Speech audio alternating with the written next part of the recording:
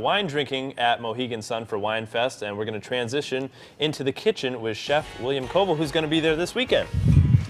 Absolutely, Robin, thanks again. Hello, Chef. Hello. We're gonna cook now. All right. Just refresh our memories, we're making an oyster chowder. An oyster chowder, curried oyster chowder. So I have bacon and onions. I'm gonna add everything here. This is the finished product. Now, where is the best place to get oysters this time of year? Because is it sort of off season, or I'm not too familiar? No, with it. it's actually the colder winter months work really well. So, the Connecticut, you have the Blue Point oysters. Mm-hmm. We use well fleets from the Cape at the restaurant, Duxbury oysters. Mm-hmm.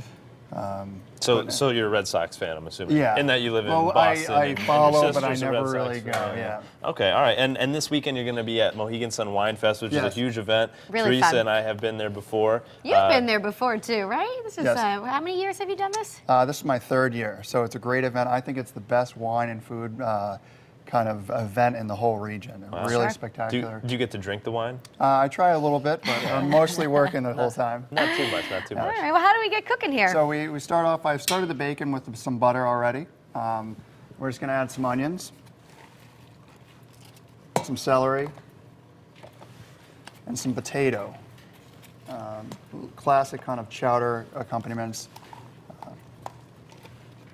And then, You're so well prepared, very organized. here. thank you, Yeah. thank you. Potatoes were nicely chopped. I was Yeah. going to Yeah, comment. a lot of years. So I've been Cubed. cooking, I think, for 15 years now, and it's a lot of time in the kitchen. And this is really what makes it unique. Everybody loves clam chowder. A lot of restaurants have clam chowder on the menus, but we want to do it with oysters because I love oysters in New England. But this curry powder, different variations of curry. There's green curry, there's red curry, and yellow curry, and we make our own curry at the restaurant. If you want to smell. It's not that like obnoxious Smells kind really of good. really. So you make curry. your own. What category is Lovely. that This one? is a yellow curry. It's a mellow yellow curry. So there's ginger, Mellow yellow. coriander, and when you're cooking in the fall or in the winter, you have these warming spices. So you really want to keep warm. And chili flake, we use a lot of chili flake during the winter. So spice and heat, and just a little bit of curry in here. You can use a spoon if you don't want to get the turmeric on your hands. You got to get your hands dirty once in a while. Yeah. And so tonight you're going to be on Top Chef, which is that's quite an accomplishment. Can you tell us a little bit about that?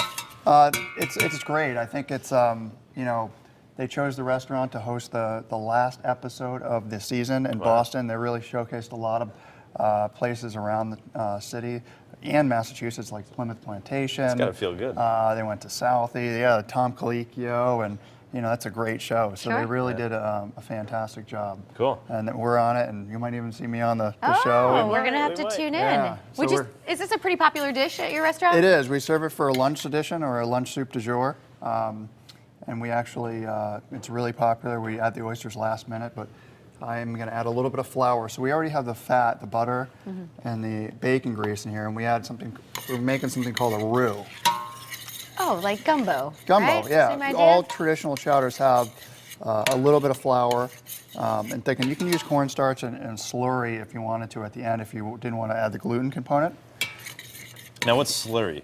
A slurry is cornstarch and water. Okay. So it doesn't have gluten, which is flour, or any kind of like wheat or. Got it.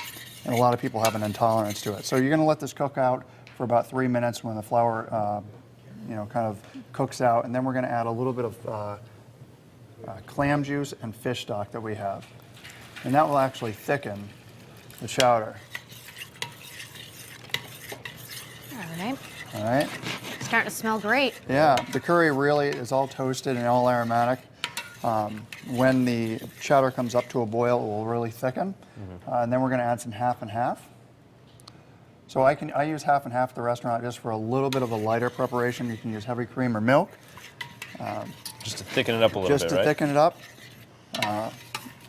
and add it. And then when it comes up to a boil, I have some already done here. You can see it's a lot thicker. Yeah, it certainly thickens up. Which we'll be tasting, of course, right? Yeah. I just wanted to make sure. Now you've been doing this for about 15 years now, and you have your own restaurant, Catalyst. How do you keep it going? Because I know chefs, they have pretty long days, right?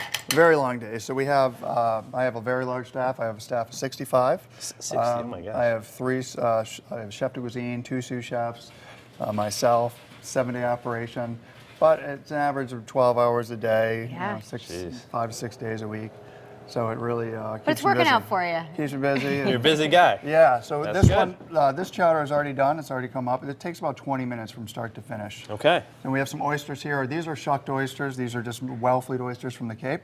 At the last minute, we want to add these oysters just to the chowder, and you want to just cook this for about a minute. And this is the liquid from the oysters. Great. Well, we're going to let you finish that up. All right. We'll dig in. Thank you so much for being here, and have Thank fun this you. weekend Yeah, at thanks, William. Mohegan Thank you. A Sun pleasure. Wine Fest. It's gonna